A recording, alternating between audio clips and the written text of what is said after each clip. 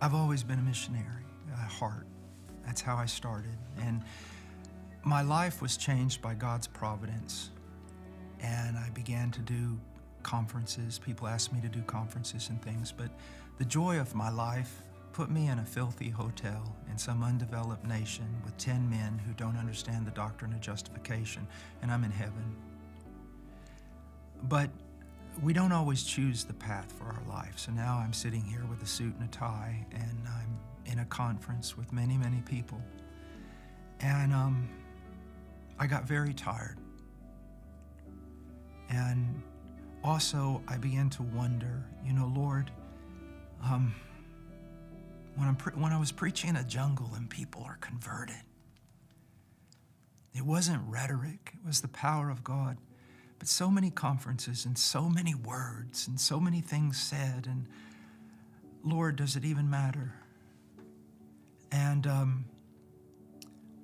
I came down, I was weak and very sickly for a while, and I got the 2-volume.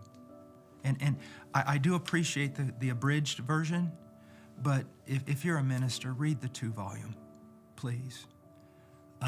I read the 2 volumes of Martin Lloyd-Jones, and I'd always, of course, loved Martin Lloyd-Jones.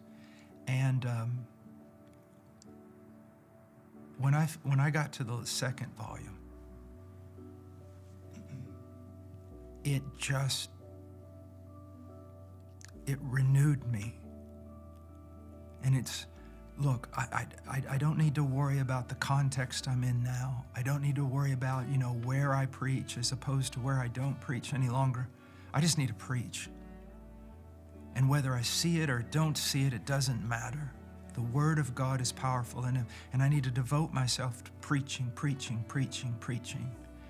And it pulled me out of a great, the slump is not strong enough a word.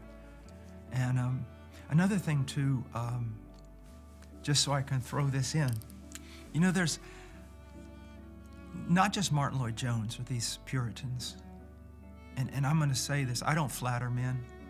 I think I've proven that. Ian Murray is one of the greatest gifts to the church in the 20th century. And that's all there is to it. I was a young man when I just got invited to some conference. I didn't even have a suit. I wore blue jeans and tennis shoes and a t-shirt. And he was giving a lecture. And God used that to change my life. And, Ian Murray a lot of times is known as, a guy who promotes Banner of Truth books and everything, but the books he's written, he's an unsung hero of the church.